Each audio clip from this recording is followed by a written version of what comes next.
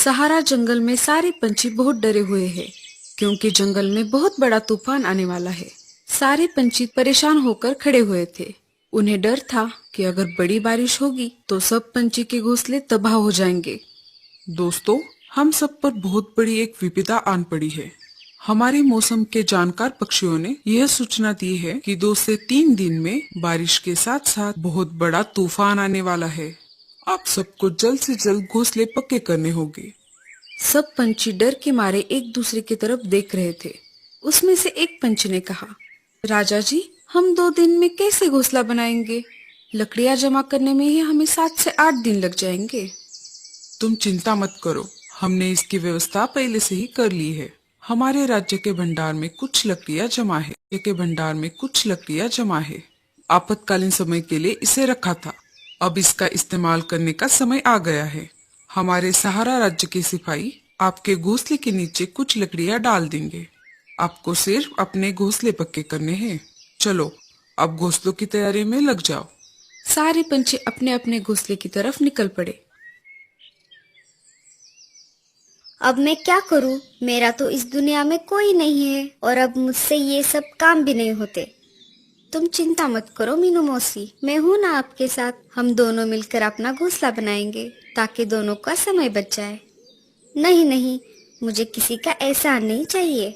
अगर कहीं तुमने बारिश के समय घोंसले से बाहर निकाल दिया तो मेरा क्या होगा फिर? मैं कहाँ पर जाऊंगी? ऐसी बात नहीं है मीनू मौसी, मैं तो हम दोनों के भले के लिए कह रही थी ताकि दोनों का समय बच जाए।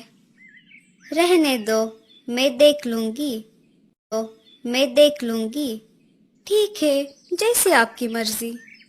सब सिपाही पंछी की राह देख रहे थे। सबको घोंसला जो बनाना था।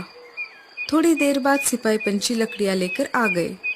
उन्होंने हर एक पेड़ के नीचे लकड़ियां डाल दी। मीनू मौसी और लाडो लकड़ियों के पास आ जाती है। उन दोनों से पहले कालू कौवा और भूरा कौवा वहां पर पहुंच चुके थे।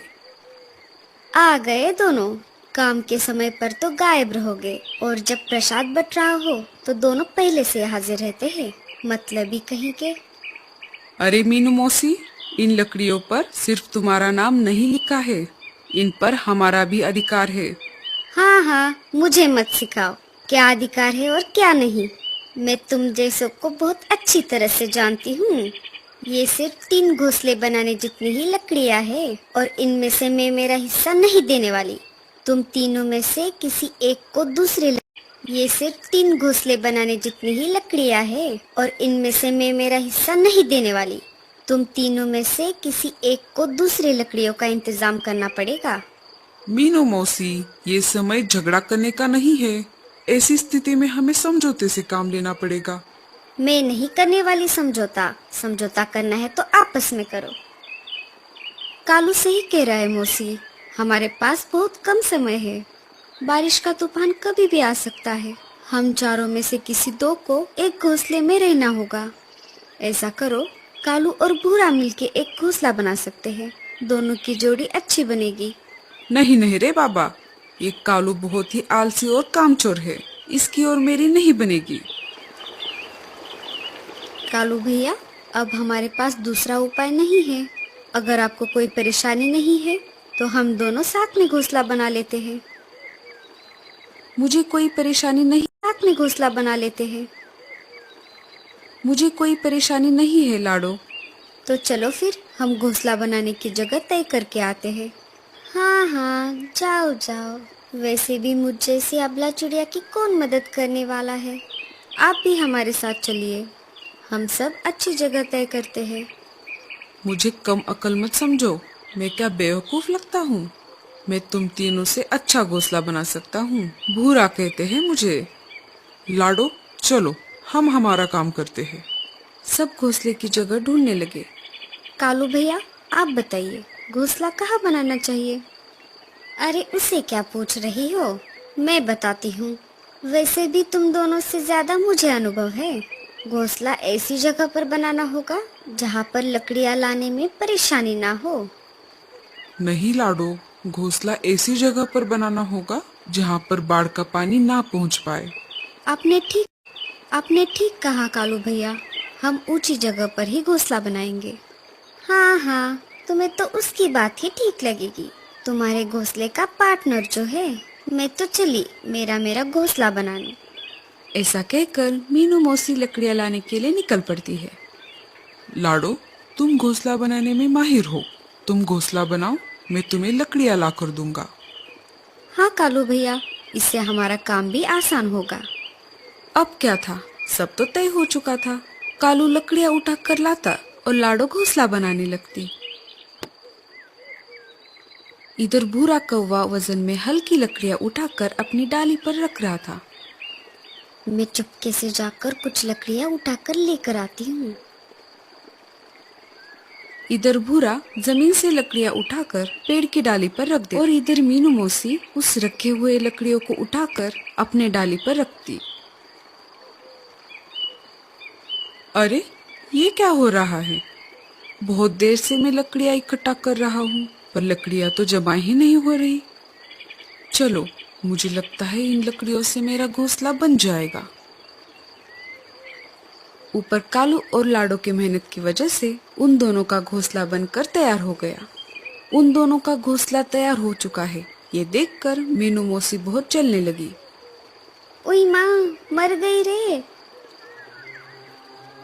लाडो और कालू दोनों मीनू मौसी के पास आ जाते हैं। क्या हुआ मौसी? लगता है ज्यादा वजन उठाने की वजह से मेरे पैर में मोच आ गई है। अब मैं घोंसला कैसे बना पाऊंगी? आप रहने दीजिए मीनू मौसी, हम हैं ना, हम आपको घोंसला बनाने में मदद करते हैं। मुझे लगता है आपको मेरे घोंसले के बाजू में घोंसला बनाना चाहिए। मुझे लगता है मैं ज्यादा ऊपर उड़ नहीं पाऊंगी, तुम यहीं पर घोंसला बना लो। ठीक है मौसी। ऐसा कहकर लाडो और कालू ने मीनू मौसी का घोंसला बनाना चालू कर दिया। मीनू मौसी मस्त आराम कर रही थी और दोनों घोंसला बनाने में लग गए। थोड़ी ही देर में घोंसला बनकर तैयार हो गया। लो मौसी, घोंसला बनकर तैयार है। अब हम सबको अंदर जाना होगा, वरना बारिश का तूफान कभी भी आ सकता है। इधर भूरे ने जैसे तैसे अपना घोंसला तैयार कर लिया और वैसे ही अंदर जाकर सो गया। कालू भैया, मुझे नहीं लगता कि बारिश 4-5 दिन रुकने वाली है। हमें अनाज का प्रबंध करना होगा। हाँ लाडो, मुझे एक जगह पता है, वहाँ पर बहुत सारा अनाज है। हम जाकर वो अनाज लेकर आते हैं। दोनों ने 4 से 5 दिन तक चले इतना अनाज इकट्ठा कर लिया। रात हो गई, सब अपने अपने घोंसले में बैठे हुए थे। तभी तेज बारिश के साथ साथ बहुत बड़ा तूफान भी आ गया। हम आशा करते हैं कि बारिश इतनी तेज ना हो। पूरी रात जैसे तैसे निकल गई। सुबह हो गई। भूरा कौवा मजे में सो रहा था। तभी उसके पैरों में कुछ महसूस होने लगा। अरे, ये क्या हो रहा है? मेरे पैर इतने ठंडे क्यों हो गए हैं? भूरा नीचे नजर घुमाता है तो बारिश का पानी पूरे घोंसले में फैल चुका था। भूरा उस डाली से उड़कर ऊपर वाली डाली पर जाकर बैठता है। मुझे लगता है पानी इससे ऊपर नहीं आएगा। थोड़ी देर बाद पानी उसके पैरों तक आ ही जाता है। जैसे ही पानी बढ़ने लगता है, उसकी नींद फिर से खुल जाती है। पानी बहुत ऊपर तक आ गया। मैं एक काम करता हूँ, घोंसले के ऊपर जाकर बैठता हूँ। भूरा घोंसले से निकलकर बाहर आ ही रहा था, तभी उसका घोंसला बाढ़ की पानी में बह जाता है। वो मीनू मौसी के घोंसले के पास आ जाता है। मीनू मौसी, दरवाजा खोलो, मेरा घर पानी में डूब गया है और मैं बाहर बारिश में भीग रहा हूँ। अरे ओ मीनू मौसी, खोलिए ना दरवाजा। मीनू मौसी को भूरे कौवे की आवाज सुनाई दे रही थी, पर वो सुनकर अनसुना कर देती है। ये तो मीनू मौसी की आदत ही है, किसी की मदद ना करना और खुद की भलाई का इंतजाम करना। भूरा कौवा लाडो के घोंसले के पास आ जाता है। लाडो, कालू, दरवाजा खोलो, मेरा घर तो डूब गया, मुझे अपने घर में ले लो। अरे लाडो, कालू, अरे से दरवाजा, नहीं तो मैं मर जाऊंगा। लाडो चिड़िया अंदर से घोंसले का दरवाजा खोल देती है। दोनों उसे देखकर चौंक जाते हैं। हमने तुम्हें पहले ही बताया था, बारिश बहुत तेज होने वाली है। अब चलो जल्दी से अंदर आ जाओ। तीनों खिड़की से बाहर का नजारा देख रहे थे। तभी अचानक मीनू मौसी के चिल्लाने की आवाज आ जाती है। अरे मुझे बचाओ कोई, अरे लाडो, कालू, कहाँ गए सब के सब? अरे कालू भैया, लगता है मीनू मौसी किसी मुसीबत में है, हमें उन्हें बचाना होगा। उसके साथ ऐसा ही होना चाहिए। ऐसी बात नहीं है, वो हमारी दोस्त है और हमें किसी मुसीबत में फंसे हुए पंछी की मदद करनी चाहिए, चाहे वो हमारा दुश्मन ही क्यों ना हो। अगर तुम्हें मदद करनी है तो तुम दोनों ही चले जाओ, मैं नहीं आने वाला। कालू और लाडो घोंसले से बाहर चले जाते हैं। दोनों ने बाहर आकर देखा तो मीनू मौसी पानी में बह रही।